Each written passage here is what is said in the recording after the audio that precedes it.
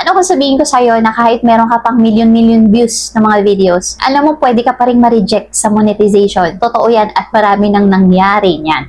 At ang pinakamasaklap, hindi mo alam kung bakit bigla ka na lang makaka-receive ng email na ganito. Your channel is not eligible for monetization due to reuse content. Diba? CPR. Kaalam mo relasyon na walang closure, rejected agad. Saklap. Alam mo kung nararanasan mo to o ayaw mong maranasan, patapusin mo yung video na to. Hello mga mamsar, kung bago ka dito, ako si Jem at nagbibigay ako ng mga tips para sa mga baguhan or aspiring YouTubers. So ayun guys, alam ko may idea na kayo sa topic natin ngayon. Actually, merong nag-request ng topic na to. Hindi ko na mahanap kasi yung comment niya. Ipa-flash ko sana sa screen. So para ma-flex na rin yung channel niya. Kaso hindi ko na mahanap. Anyway, ginawan pa rin natin ng content yan. So, oo nga naman, kasi nga, syempre, pagpasok ng taon na to, importante na pag-usapan natin to, lalong-lalo na para maging aware yung mga baguhan, yung mga aspiring YouTubers dyan, gusto magsimula ng YouTube channel. Naku. Bago kayo magsimula, isa ito sa mga importanteng bagay na kailangan nyong malaman. Hindi nyo alam yung mga ginagawa ninyong content, yung mga ina-upload nyo na content, ay hindi nyo naman pala mapapagkakitaan o hindi naman pala pwedeng ma-monetize dahil bawal. Alright, kaya sa video na to lilinawin natin, no? Pag-uusapan natin yung tinatawag na CPR, ano ang tinatawag na reuse content, ano ang copyright, ano ang pagkakaiba ng copyright claims sa copyright strike. Maraming nalilito dyan, maraming nakukonfuse yan. Kaya for today's video guys, lilinawin natin yung mga bagay na yan. Okay, first, pag-usapan natin, ano ba yung CPR? So, likely, it stands for copyright. So, pwede rin content policy review or channel for program review. So, yan po yung ibig sabihin ng CPR when it comes sa eligibility for monetization dito sa YouTube. So, bago ka ma-approve for monetization, so nire-review muna ni YouTube yung ating mga videos lahat. No, lahat ng mga content natin, kung wala ba tayong nilabag sa mga policy nila bago tayo i-approve for monetization or bago makapasok sa YouTube Partner Program. So, ito po yung na-meet mo na ang 1,000 subscribers and 4,000 watch hours or 10 million public short views. Pero, sasabihin ni YouTube sa'yo, teka muna, wait ka lang muna. Sisilipin muna namin kung legit yung channel mo, kung legit yung mga content mo, kung legit ka. At madalas, dito na nagkakaroon or dito na pumapasok yung tinatawag na mga reuse content. Alright, so malinaw na yan. Ngayon, let's proceed naman sa tinatawag na reuse content. So marami yung mga nakaka-misunderstood nito guys nung rejection na to na reuse content. Hindi porket hindi ikaw yung may-ari ng video, hindi porket hindi ikaw yung nag-shoot, automatic ay reuse content na.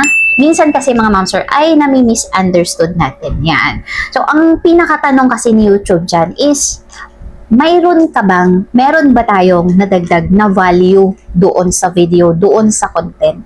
Isa yon sa pinaka-tinitingnan ni YouTube. Meron ka bang nadagdag na value? So, ayan, ngayon alam na natin yung tinatawag na mga reuse content. Ngayon naman, aalamin natin yung mga halimbawa niyan para talagang mas clear sa mind natin itong tinatawag ng mga reuse content na to. Guys, importante to, lalong-lalo na sa mga baguhan. Kasi mamaya upload tayo ng upload ng mga videos. And then later on, kapag magpapa-approve na tayo or mag-a-apply na tayo for monetization, is ligwak yung ating application. Dahil yung mga in-upload nating mga videos ay pasok lahat sa tinatawag na reuse content. So, sayang naman. Okay, number 1, re-upload videos from TikTok. Pangalawa is yung compilation po ng mga movie clips. Ako, iwas-iwasan nyo yan. Bawal na bawal din yan. Tapos mga ma'am sir, yung mga motivational videos na, alam mo yung mga stock video na, tapos puro mga AI voice lang, mga quotes lang, tapos ginagawa mo pa to. Ganyan na nga yung mga content mo, tapos wala pang explanation, walang commentary, walang transformation. So, yan yung mga hinahanap kasi ni YouTube para magkaroon ng value yung video mo. Kaya kung ginagawa nyo to mga ma'am sir, kung Pakiramdam ninyo, guilty kayo na ganito yung mga content na ina-upload ninyo. Naku, kabahan ka na. Malaki ang chance na reuse content po yan. Mga ma'am sir, kahit pa sabihin ninyo na viral yung video na yan, di ba, mayroong million views. Paano yun, Ma'am Jem? Kasi ang dami kong views dito sa video na to. Well, wala tayong magagawa. No, kapag na-detect ni YouTube yan, nag-apply ka for monetization na reuse content, no, kailangan mong i-delete yan. So, yun yung pinaka-safe mong gagawin. Kung gusto mong ma-monetize, kung gusto mong ma-approve for monetization, is kailangan mong i-delete. Private, pero kung ako ang tatanungin, i-delete ko para talagang wala nang bakas na matitrace si YouTube. Isipin mo, kahit na maraming views, kahit viral pa yan, kung reuse content, it's useless. Yan talaga yung mga totoong eksena na nangyayari sa YouTube, lalo na kapag mag-a-apply ka na for monetization. So lately lang, merong nagpapa-guide sa atin, nag-ask for assistance dahil yun yung nangyari sa kanya, nag-apply siya for monetization pero hindi siya na-approve. Yun ang findings sa kanya, meron siyang reuse content. And guys, uulitin ko ha, sa mga baguhan dito sa YouTube, napakasela ni YouTube, lalong-lalo na yung mga videos na kinukuha natin from TikTok, from movies. Huwag niyo pong gagawin yan.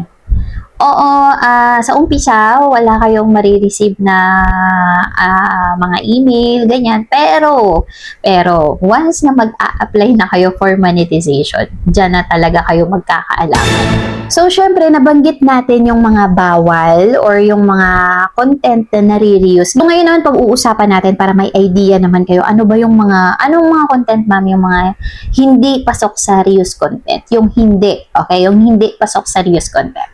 So, pwede kang gumamit ng mga clips, movie clips, or viral videos, or stock footage. Basta. So, ito yung mga kondisyon.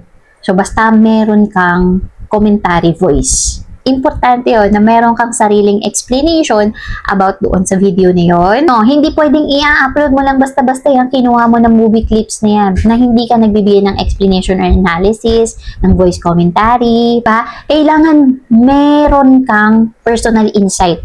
So, ganun po mga ma'am sir, tinitingnan ni YouTube kung meron ka bang nadagdag na value doon sa video. So, transformative content yung gusto ni YouTube. So, ayun guys, tapos na tayo sa tinatawag na reuse content. At least kahit pa paano meron ng idea, no? Lalo yung mga baguhan. So, ngayon naman, pag-uusapan natin yung tinatawag na copyright. Copyright claim, ano pagkakaiba niya sa copyright strike? Maraming naku-confuse dito. So, ngayon, ano ba yung tinatawag na copyright? So, yun mga ma'am sir, kapag tinawag nating copyright, so ito po yung legal na karapatan ng original creator o yung may-ari ng content. So, ayun po mga ma'am sir, ibig sabihin, sila lang yung may karapatan na gamitin or gumamit, mag-edit, magbenta, o mag-upload ng content or video na ginawa nila. So, madalas, ano ba yung mga video, ano ba yung mga content na mayroong copyright? So, unang-una po, ito yung mga music, mga songs. Hindi naman pwedeng biglang susulpot yan na walang gumawa, walang nag-compose niyan.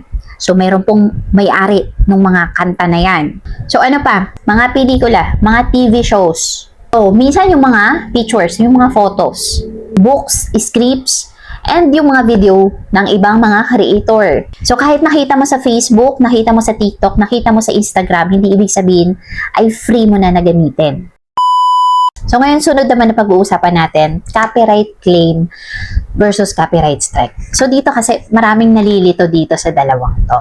So, sa copyright claim kasi merong content ID system yan. So, automatic yung detection yan, guys. Kaya, pansinin niyo kapag nag-upload tayo, ang bilis, no? Madedetect ka agad na meron tayong copyright claim.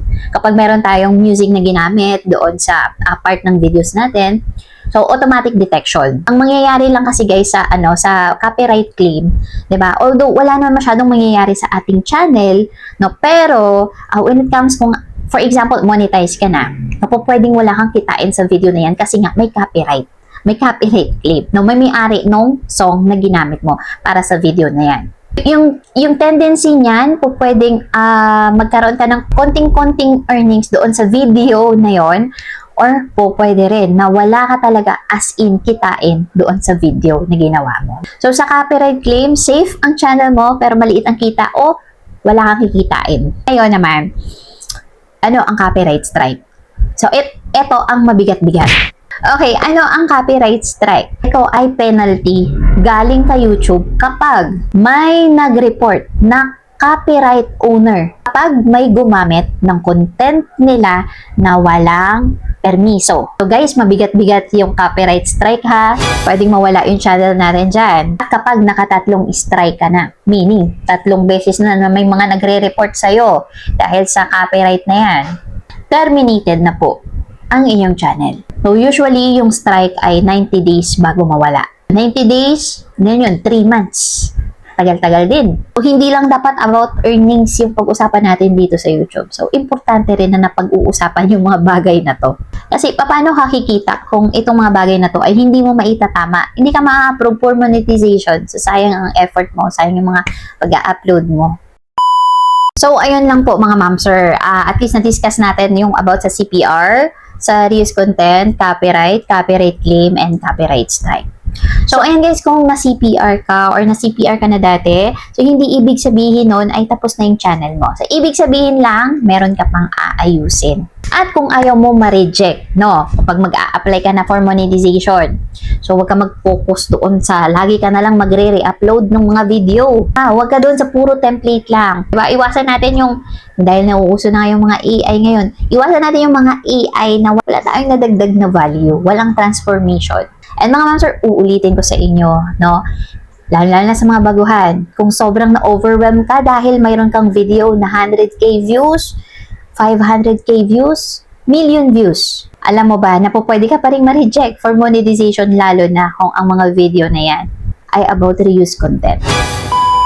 And syempre, before I end guys, shout out to my channel members. Shout out kila Sir Team Pasibol, kay Sir Kirk69, kung mahilig kayo sa mga Mobile Legends, ayan gumagawa si Sir ng mga video niya. Kay Sir Leon Morales na super supportive kahit ayaw sabihin yung kanyang main channel. Also shout out kay Sir Izumo TV, ayan about plants and animals naman yung mga content ni Sir. At kay Ma'am Provinciana ng Lacuachera, kung gusto nyo naman ng mala nature yung atake, ganyan yung mga content ni Madam. At kay Ma'am Jerfy Vlogs na matagal na rin pala dito sa YouTube. And also mga ma'am sir, meron pala tayong bagong member dito sa channel natin. I just want to shout out lang po yung kanyang YouTube channel, Coloring Fav. If you are fan or interested about this content like coloring, artworks, so you can subscribe also on their channel. Thank you so much sa lahat ng members ng ating channel and I hope makasama ko pa po kayo ng matagal. And aside from that, gusto ko rin pasalamatan yung mga bagong subscribers natin and yung mga bagong viewers and yung mga active supporters natin na nandyan sa comment section palagi. Thank you so much po sa support na binibigay ninyo sa akin, sa channel ko. And I hope na lahat po tayo ay sumakses dito sa mundo ni White. And also kung meron kayong recommendation or meron kayong gustong pag-usapan na topic or gusto nyong gawa natin ng video, so susubukan natin i-consider at gawa ng content yan. Lalo na kung makakatulong sa mga baguhan, yung sa mga kasamahan natin na nagsisimula pa lang dito sa YouTube. Okay guys, hanggang dito na lang muna. Have a nice day. See you on my next video. Bye po!